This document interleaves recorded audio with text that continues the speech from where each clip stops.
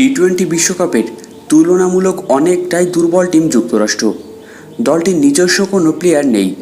বিভিন্ন দেশের ক্রিকেটারদের নিয়ে দল গঠন করেছে বিশ্বকাপের সহ আয়োজক এই দেশটি। আইসিসির এই সহযোগী দলটির বিরুদ্ধেও লড়াই করেও জিততে পারেনি প্রাক্তন বিশ্বকাপ চ্যাম্পিয়ন পাকিস্তান। শ্বাসরুদ্ধকর লড়াইয়ের ম্যাচে সুপার ওভারে হেরে যায় পাকিস্তান। এই পরাজয়ে টি-20 বিশ্বকাপের চলমান 9তম আসরে বিশ্বকাপ থেকে বিদায়ের শঙ্কায় পড়ে গেল বাবর আজমরা। আগামী পরশুদিন রবিবার চিরপ্রতিদ্বন্দ্বী ভারতের মুখোমুখি হবে পাকিস্তান ক্রিকেট টিম। সেই ম্যাচে হেরে গেলেই গ্রুপ পর্ব থেকে পাকিস্তানের বিদায় নিশ্চিত হয়ে যেতে পারে।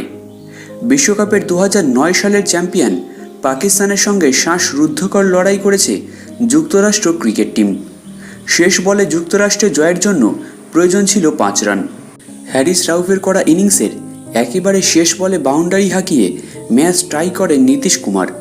শ্বাসরুদ্ধকর লড়াইয়ের পর ম্যাচ করায় সুপার ওভারে। সুপার ওভারে টিমের সেরা পেস বোলার মোহাম্মদ আমিরের হাতে বল তুলে দেন ক্যাপ্টেন বাবর আজম।